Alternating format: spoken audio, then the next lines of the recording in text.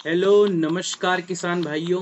अगर आपकी भी धान की फसल में अब जल्द ही बालियां निकलना शुरू होने वाली हैं या फिर धान की फसल में बालियां निकल रही हैं, अगर इन दोनों में से किसी भी अवस्था पर आपकी धान की फसल है किसान भाइयों, तो इस समय आपको इस खास उर्वरक का प्रयोग जरूर करना चाहिए।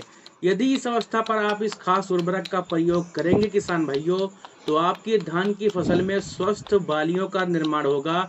सभी बालियों का साइज लंबा होगा, लंबी गुच्छेदार बालियां आएंगी। सभी बालियों में 100% दाने का भरा होगा। आपकी एक भी बाली खाली नहीं रहेगी। कौन सा खास उर्वरक है जिसको इस अवस्था पर आपको प्रयोग करना है, जानने के लिए इस वीडियो को बिना स्किप किए पूरा अंत तक जरूर देखिए।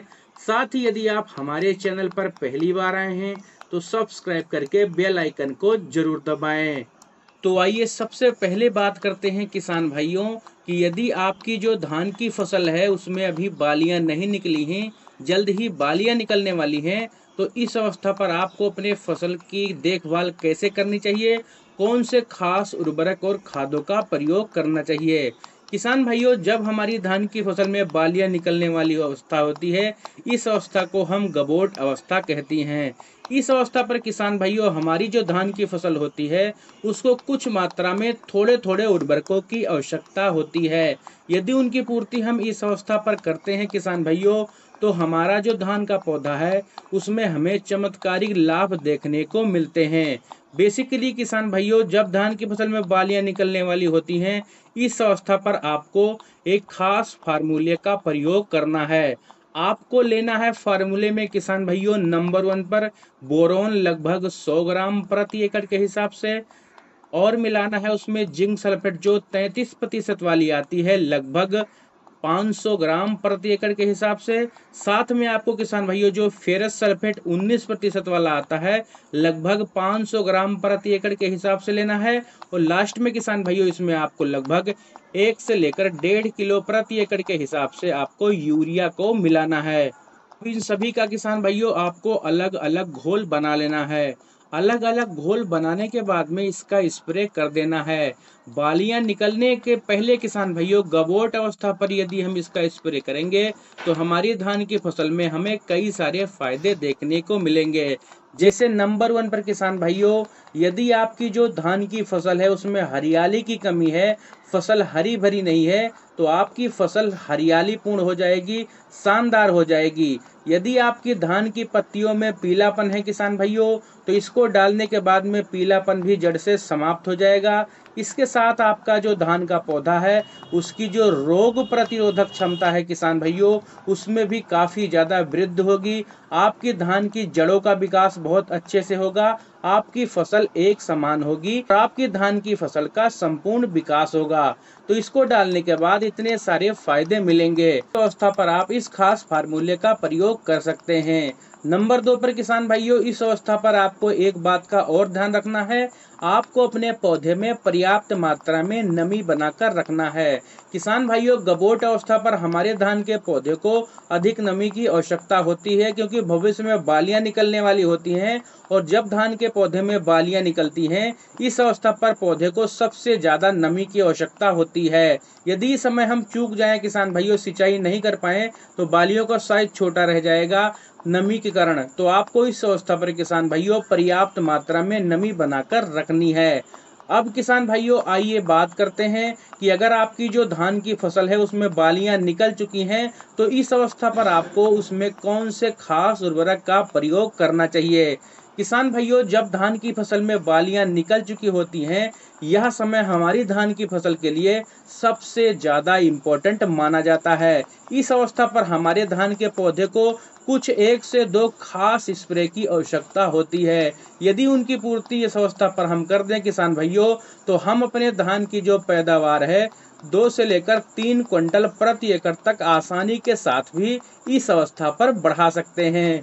इसके लिए इस अवस्था पर सबसे पहले किसान भाइयों आपको जिस खास स्प्रे का प्रयोग करना है, इस स्प्रे का नाम है NPK 05234।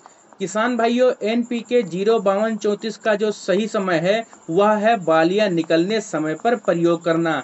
इस अवस्था पर यदि हम प्रयोग करेंगे तो इसका हमें 100% रिजल्ट देखने को मिलेगा। 05234 में किसान भाइयों बेसिकली 0% नाइट्रोजन, 52% फास्फोरस और किसान भाइयों 34% पोटास की मात्रा पाई जाती है। और धान में जब बालियां निकल रही होती हैं किसान भाइयों, इस अवस्था पर हमारे धान के पौधे को अच्छी खासी मात्रा में फास्फोरस की आवश्यकता होती है और सबसे अधिक मात्रा में पोटास की आवश्यकता होती है। इन दोनों का कॉम्बिनेशन यदि हमारे पौधे में जाता है तो हमें बहुत सारे लाभ देखने को मिलते हैं। जैसे किसान भाइयों, हमारी जो धान की फसल में बालियां हैं वह स्वस्थ बालियों का निर्माण उनमें होता है। बालियों में किसान भाइयों 100% दाने का भरा होता है, एक भी बाली आपकी खाली नहीं रहती है। आपका जो धान का पौधा है किसान भाइयों, वह सूखा, वह अधिक जल भराव के प्रति सहनशील हो जाता है। यदि किसान भाइयों आप 2 से 4 दिन सिंचाई नहीं कर पाते हैं तो आपका जो पौधा है उसमें ज़्यादा नुकसान नहीं होगा। यदि आप अधिक मात्रा में जल भराव कर देते हैं तो भी आपके पौधे को ज़्यादा नुकसान नहीं होगा, क्योंकि आपका जो खेत का तापमान है वह नियंत्रण में रहेगा। साथ ही आपके धान के पौधे की जो रोग प्रतिरोधक क्षमता है उसमें भी काफ़ी ज़्यादा वृद्धि हो जाएगी। इसके साथ ही इसको डालने के बाद में किसान भाइयों हमारी धान की जो बालियां आएंगी उनका साइज बहुत बड़ा होगा। गांव वाले पूछेंगे कि आपने आखिर डाला क्या है। बालियां किसान भाइयों लंबी और गुच्छेदार आएंगी, एक भी बाली आपकी खाली नहीं होगी। किसान भाइयों अक्सर आपने देखा होगा कुछ किसान साथियों की जो धान की फसल होती है उनमें बहुत सारी बालियां खाली रह जाती हैं।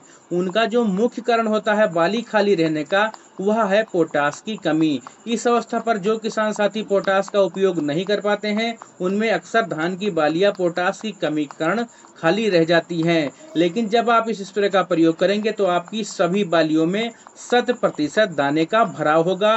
दाने की क्वालिटी किसान भाइयों नंबर 1 होगी। आपके धान के जो दाने होंगे वह मोटे, चमकदार और वजनदार होंगे और भविष्य में आपको बम्पर पैदावार प्राप्त होगी। साथ ही किसान भाइयों आपका जो धान का पौधा होगा उसके तने को भी मजबूती मिलेगी। भविष्य में यदि तेज हवाएं चलती हैं तो आपके पौधे की जो गिरने की संभावना है वह सबसे ज़्यादा कम रहेगी। अब आइए बात करते हैं कि आपको कितनी मात्रा में NPK 05234 का प्रयोग करना है। किसान भाइयों मात्र आपको 1 से लेकर 1.5 किलोग्राम प्रति एकड़ NPK 05234 लेना है और लगभग किसान भाइयों 150 से लेकर 180 लीटर पानी में घोल बनाकर इसका स्प्रे कर देना है। इसका स्प्रे इस समय अगर आप करेंगे तो आपको इसका बहुत बढ़िया रिजल्ट देखने को मिलेगा। अब इसका स्प्रे करते समय आपको कुछ बातों का ध्यान जरूर रखना है।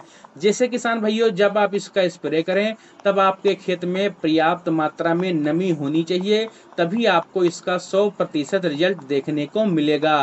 कोशिश करें किसान भाइयों कि इसका जो स्प्रे है आपको शाम के समय करना है, लगभग 4 से 6 बजे के बीच में। किसान भाइयों अगर आप भी बालियां निकलने से पहले और बालियां निकलते समय इन खास उर्वरकों का प्रयोग करते हैं तो इस साल आपको बम्पर पैदावार प्राप्त होगी।